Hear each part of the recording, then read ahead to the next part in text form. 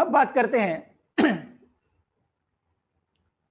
अंक कुंडली कैसे बनाई जाएगी, जिसे लोशो ग्रिड भी कहा जाता है, राइट। आपके सामने जो नंबर्स दिख रहे हैं, टोटल 9 हाउसेस है और हर एक हाउस में एक नंबर लिखा हुआ है, जैसे 4, 9, 2, 3, 5, 7, 8, 1, 6। ये जो है ये मूल कुंडली है। कभी भी ऐसे नहीं होगा कि ये 4 उठकर 9 की जगह पे गया, 9 उठकर 2 की जगह पे गया, 2 उठकर 4 की जगह पे गया। ऐसा कभी नहीं होगा, ऐसा कभी नहीं होगा, ठीक है। ये मूल कुंडली है, ये अपनी अपनी जगहों पर ये नंबर्स फिक्स्ड है, ये हिलने वाले नहीं है, राइट। इसी को नजर रखते हुए, रेफरेंस में लेते हुए हम अपनी या अपने क्लाइंट की कुंडली बनाएंगे, ओके। फिर एक बार वही एग्जांपल, 23 जनवरी 1977। इसका जो मूलांक है वो 5 है, भाग्यांक है वो 3 है, और अगर ये मेल की कुंडली है तो इसका के नंबर यानी कुआ नंबर जो है वो 5 है। अब सबसे पहले हमें क्या करना है, जो अंक बर्थ डेट में दिख रहे हैं उन सभी अंकों को एक एक करके उठा के वहीं पर लिखना है जहां पर मूल कुंडली में वो अंक लिखा हुआ है। जैसे सबसे पहले 23 में हमारे पास नंबर 2 आता है, 2 को उठा लिया और 2 की जगह लिख दिया। इसके बाद 23 का नंबर 3, 3 को उठा लिया, 3 की जगह लिख दिया। उसके बाद 0 लिखने की जरूरत नहीं है, नंबर 1 को लिखना है तो 1 की जगह 1 लिख दिया। फिर एक बार 1977 का जो 1 है वो 1 को लिख दिया। फिर 9 आता है, फिर 7 आता है, इसके बाद फिर एक बार 7 आता है। तो इस तरह से हमने बर्थ डेट में जितने अंक दिख रहे हैं वो सारे अंक मूल कुंडली को रेफर करते हुए अपने कुंडली में, हमारी जो ब्लैंक कुंडली है उसमें हमने भर दिए। बहुत आसान है, क्लियर है। इसके बाद क्या करना है, इसके बाद जो मूलांक है, मूलांक है 5 नंबर, मूलांक है नंबर 5, उसको भी हमें लिखना है। इसके बाद भाग्यांक क्या है, नंबर 3, फिर एक बार हमें नंबर 3 मिलता है। तो देखिए यहां पर कोई बेनिफिट नहीं हुआ, इस कुंडली में 5 का बेनिफिट तो है लेकिन 3 का कोई खास बेनिफिट नहीं हुआ। हाँ, 1 की जगह 2 बार आ गया। अब के नंबर जो है वो भी 5 निकल के आया है, जो ऑलरेडी मूलांक के रूप में इस कुंडली में मौजूद है, उसे दोबारा लिखेंगे। तो बहुत बड़ा बेनिफिट नहीं हुआ, बहुत ज्यादा बेनिफिट नहीं हुआ। हाँ, लेकिन अगर 5 एक बार है, उससे अगर 5 2 बार आता है तो बेहतर है, इसका भी बेनिफिट होता है। तो इस तरह से जो जो अंक है वो सारे अंक हमने कुंडली में भर दिए। मूलांक लिखना है, भाग्यांक लिखना है, कुआ नंबर भी लिखना है। क्योंकि इस पर बहुत बार क्वेरीज आती है कि सर के नंबर लिखना है क्या, के नंबर लिखना है। यस, के नंबर भी लिखना है, मूलांक भाग्यांक भी लिखना है, और जो बर्थ डेट में अंक दिख रहे हैं वो सारे भी आपको आपके लोशो ग्रिड में लिखने हैं। इस तरह से आपकी कुंडली पूरी हो जाती है। अब देखेंगे इसको पढ़ना कैसे है, इसकी बात करेंगे।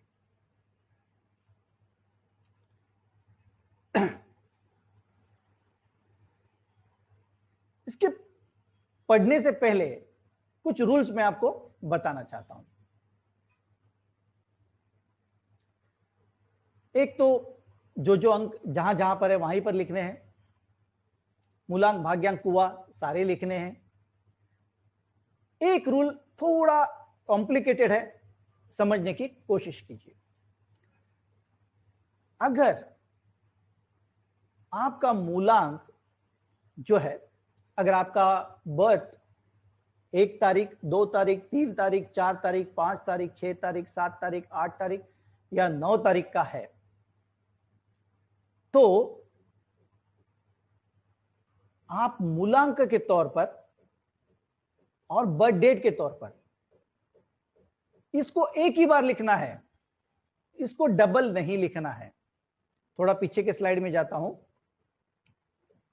देखिए, अगर 23 का बर्थ है तो हम 2 को भी लिखेंगे, हम 3 को भी लिखेंगे और 2 + 5 इस मूलांक को भी लिखेंगे।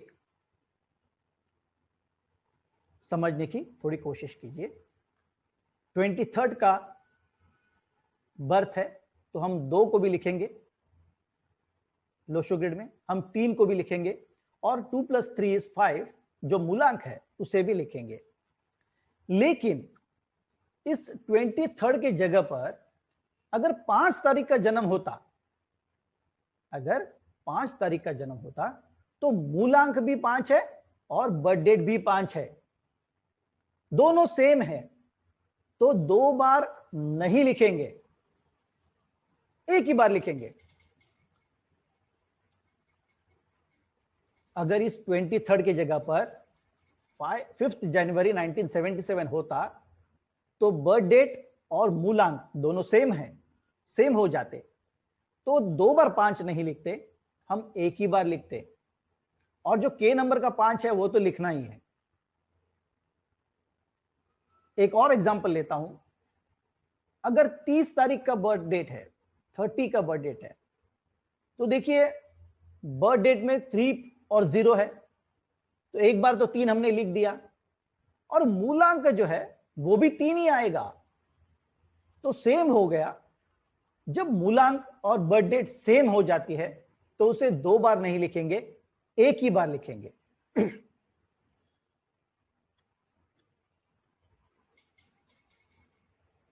अगर 11 तारीख का बर्थ है तो 1 भी लिखेंगे, 2 फिर एक बार 1 लिखेंगे, नंबर 1 जो है 2 बार लिखेंगे, प्लस नंबर 2 को भी लिखेंगे, 1 + 1 2 को भी लिखेंगे। लेकिन अगर 2 तारीख का जन्म होता तो हम 2 एक बार लिखते, फिर एक बार मूलांक के नाम से नहीं लिखेंगे क्योंकि दोनों सेम नंबर है। यहां पर थोड़ा सा कॉम्प्लिकेशंस है, इसको ध्यान में रखने की जरूरत है। सिंगल डिजिट बर्थ डेट है या 10 नंबर, 20 नंबर, 30 तारीख का बर्थ डेट है, 1 to 9 में अगर बर्थ डेट है या 10 तारीख का है या 20 तारीख है या 30 तारीख का है, तो मूलांक नहीं लिखेंगे, बर्थ डेट का जो है उतना ही लिखेंगे, क्योंकि दोनों भी नंबर सेम आते हैं, उसे 2 बार लिखने की जरूरत नहीं है, उसे एक ही बार लिखना जरूरी है। तो ये रूल आप ध्यान में रखिए।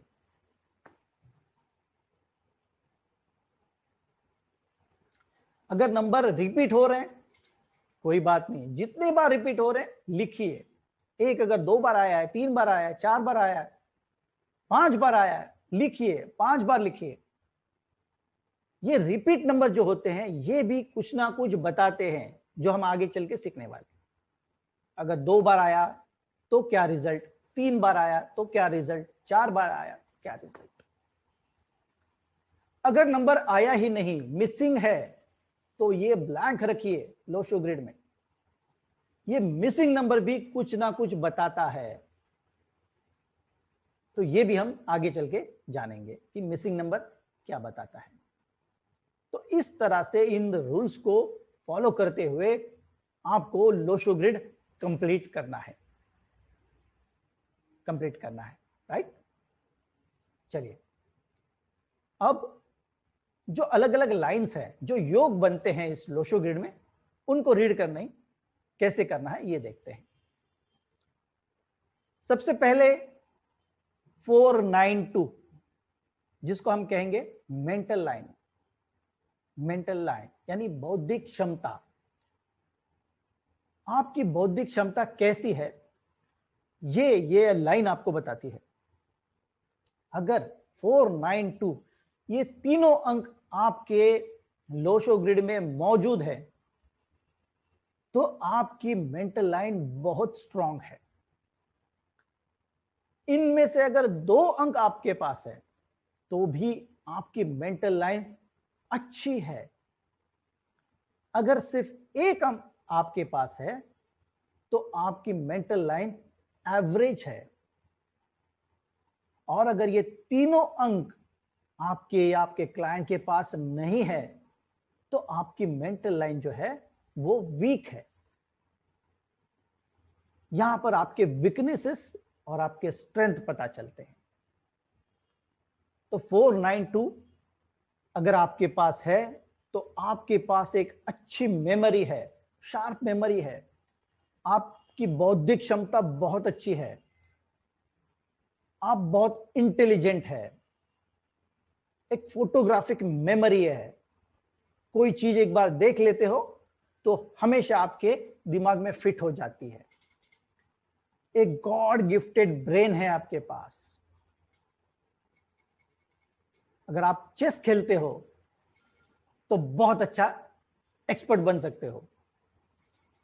एजुकेशन के लिए ये लाइन बहुत इंपॉर्टेंट है। अगर आप हायर एजुकेशन लेना चाहते हैं या आप सीए करना चाहते हैं, आईएएस करना चाहते हैं, ऐसी अगर बड़े बड़े किताबें पढ़ना चाहते हैं और आपके पास अगर ये अंक है तो आपको सक्सेस मिलेगा। अगर ये अंक आपके पास नहीं है और आप बड़ी बड़ी किताबें लेके बैठेंगे तो यश मिलने के चांसेस कम हो जाते हैं। तो ये हमें चूज करना है। अगर ये लाइन हमारे पास है तो हमें कौन से लाइन पे, कौन से क्षेत्र में जाना चाहिए। अगर ये नहीं है तो बहुत और भी बहुत सारे क्षेत्र है जहां पर हमें कामयाबी मिल सकती है। इस तरह से मेंटल लाइन आपको रीड करनी है। 492 मेंटल लाइन। इसके बाद 357 यह है इमोशनल लाइन। ये तीनों अंक अगर आपके पास मौजूद है तो आप बहुत ही इमोशनल पर्सन है। वो कहते हैं ना, एक गोल्डन हार्टेड पीपल। हाँ, किसी को भी बड़े ही प्यार से, हाँ, जो बोले सामने वाला बोलेगा हाँ कर लेंगे, सर हिला देंगे, यस यस यस यस, किसी की बातों में आसानी से आ जाए। अगर ये अंक आपके पास नहीं है तो आप थोड़े रिजिड है, और अगर ये अंक आपके पास है तो आप बिल्कुल सॉफ्ट गोल्डन हार्टेड है, किसी की बातों में आ जाते हैं। कोई भी बैठकर आपसे एक पॉलिसी लेना कोई बड़ी बात नहीं, फटाफट एक एजेंट आएगा आपसे पॉलिसी निकाल के लेके जाएगा। तो इस तरह से आपको ध्यान रखना पड़ेगा। साथ ही साथ फिर एक बार एजुकेशन के लिए 3 नंबर और 7 नंबर, ये भी बहुत ही इंपॉर्टेंट है। जिसके पास 3 है, 7 है और ऊपर की टॉप लाइन है, वो पढ़ाई लिखाई में अच्छा काम करेगा। बाकी थोड़ा कम ज्यादा होगा, वो हिसाब से उसका सक्सेस रेशो होगा। तो ये देखने की वाली बात है। 816 प्रैक्टिकल लाइन। प्रैक्टिकल अप्रोच रखते हैं ऐसे लोग जिनके पास 816 होता है। हर चीज में इजीली बात को एक्सेप्ट नहीं करते। मान के चलिए अगर कोई मोबाइल ले लेना है तो 10 बार उसकी रेटिंग चेक करेंगे, 10 लोगों से पूछेंगे कैसा परफॉर्मेंस है, कैसा है, और उसके बाद चल के डिसाइड करेंगे। बाल की खाल निकाल लेते हैं, या क्या बोलते हो, खाल की, बाल की खाली बोलते हैं ना, हाँ जो भी है। तो इस तरह से मतलब बहुत डीप जा करके फिर डिसीजन लेते हैं। बहुत अच्छी बात है, होना भी चाहिए। तो 816 इस तरह से बहुत प्रैक्टिकल लॉजिकल लोग हैं, साइंटिफिक वे में। भाई मुझे पहले देखना पड़ेगा, तो सबूतों के साथ आगे बढ़ेंगे। तो बहुत ही important line, practical line. 438 thought line. आपके थॉट प्रोसेस कैसी है, सोचने की क्षमता कैसी है, ये सारी चीजें इस पर डिपेंड करती हैं। अगर ये अंक आपके पास है आपके पास एक विजुअलाइजेशन का पावर है, ऐसा मान के चलिए। आप पहले इमेजिन कर सकते हैं चीजों को। एक अच्छी प्लानिंग, आपके पास कोई भी प्रोजेक्ट आएगा तो आप बहुत अच्छी तरह से प्लान करके उसको प्रेजेंट करेंगे, बहुत अच्छी तरह से। इवेंट को ऑर्गेनाइज करना है, बहुत अच्छी तरह से ऑर्गेनाइज करेंगे। साथ ही साथ क्रिएटिविटी भी इन लोगों में के पास होती है, क्रिएटिविटी होती है।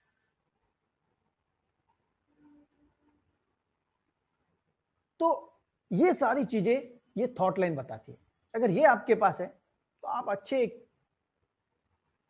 विजुअलाइजर, एक अच्छा प्रेजेंट कर सकते हैं चीजों को। कुछ चीजों को ऑर्गेनाइज करना है तो बहुत अच्छी तरह से दूरदृष्टि होती है इनके पास एक। पहले ये समझ जाते हैं, इनको समझ जाता है कि मुझे ये ऑर्गेनाइज करना है तो मेरा ऐसे ऐसे होगा, ऐसे ऐसे, और उसको रियलिटी में लाते हैं। बहुत ही इंपॉर्टेंट लाइन। इसके बाद विल लाइन, बहुत बहुत ज्यादा इंपॉर्टेंट लाइन, 951। जिनके पास 19 है ऑलरेडी, उनको सिर्फ 5 की जरूरत है। आज की पीढ़ी जो है उनके पास 19 की कमियां हो सकती है, और 5 तो बहुत इंपॉर्टेंट नंबर है, क्योंकि ये बैलेंस का नंबर है, ये सब चीजों को बैलेंस करता है। इसलिए 951 बहुत ज्यादा इंपॉर्टेंट है, क्योंकि ये विल पावर है। ये किसी भी जगह से फिर एक बार उठ करके खड़े होने की जो ताकत चाहिए किसी को, बाउंस बैक करने की क्षमता इन लोगों के पास है, इसलिए ये सक्सेसफुल है। तो बहुत ही इंपॉर्टेंट है। बहुत से लोग जिनके पास ये लाइन होती है ये सक्सेसफुल होते हैं। इसलिए 951 बहुत ही इंपॉर्टेंट लाइन मानी जाती है, विल पावर बताती है आपकी। 276 एक्शन लाइन। अगर ये तीनों अंक आपके पास है तो आप एक एक्शन ओरिएंटेड पर्सन है। बहुत जल्दी एक्शन ले लेते हैं, किसी भी चीज का निर्णय लेना, काम पे लग जाना, तुरंत क्विक अप्रोच किसी भी चीज में। लेकिन कभी कभी जल्दबाजी भी अच्छी नहीं होती। तो ये नंबर आपके पास है तो आपको थोड़ा सावधानी से काम लेना पड़े, बहुत जल्दबाजी नहीं करनी चाहिए। और अगर ये अंक आपके पास नहीं है तो आपकी एक्शन वीक है, तो कहीं ना कहीं आपको निर्णय लेने पड़ेंगे, आपको जल्दी से जल्दी काम शुरुआत करने पड़ेंगे, आपको एक्शन को बढ़ाना पड़ेगा। तो इस तरह से आपको पता चलता है कि आपकी एक्शन वीक है या स्ट्रांग है। बहुत ही इंपॉर्टेंट ऐसी ये लाइन है। इसके बाद और 2 योग की बात करेंगे। पहला योग राजयोग 4, 5, 6। दोस्तों ये अंक जिनके पास होते हैं,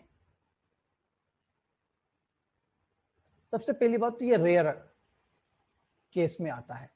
4, 5, 6 बहुत कम लोगों के पास होता है, क्योंकि ये राजयोग है।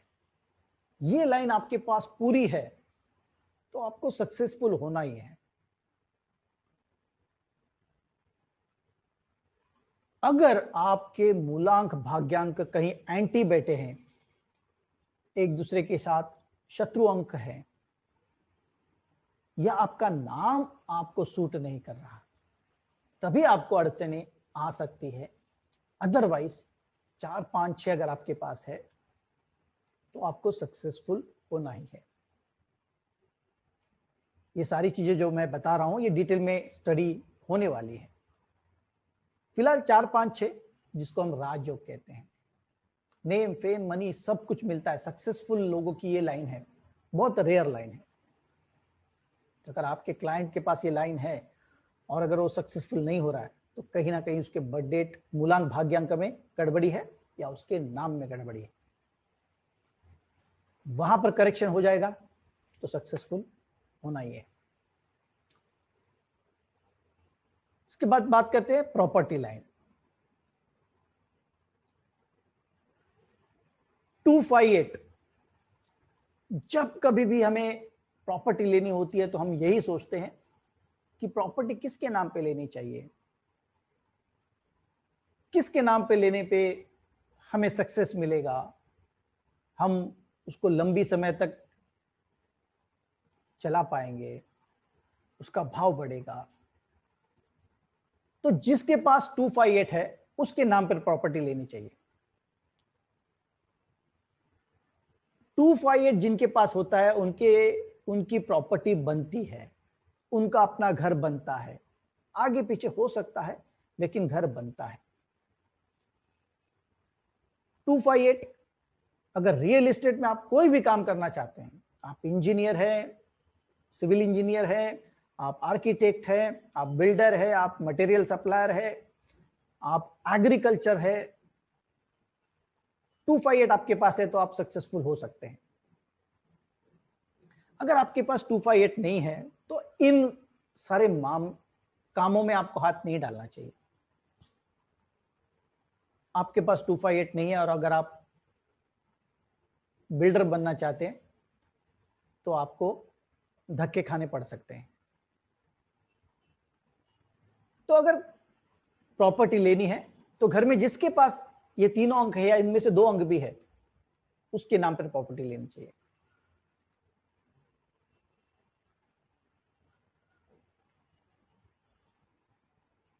सक्सेस मिलेगा। तो ये थी हमारी प्रॉपर्टी लाइन और हमारे 8 योग। तो इस लेक्चर में हमने देखा हिडन नंबर्स क्या क्या होते हैं, मूलांक, भाग्यांक, कुआ नंबर, उसके बाद में लोशो ग्रेड यानी कि बहुत ही महत्वपूर्ण अंक कुंडली कैसे बनाई जाती है, उसमें क्या क्या अलग योग होते हैं। ये योग आपको बताते हैं कि सामने वाले जिसकी कुंडली आप देख रहे हैं उसके स्ट्रेंथ क्या है, उसके वीकनेसेस क्या है, और उसके स्ट्रेंथ के हिसाब से ही उनको क्षेत्र चुनने हैं। साथ ही साथ मूलांक और भाग्यांक का भी विचार होना चाहिए। जब पूरा कोर्स कंप्लीट हो जाएगा तो आपको ये बातें सारी क्लियर हो जाएंगी।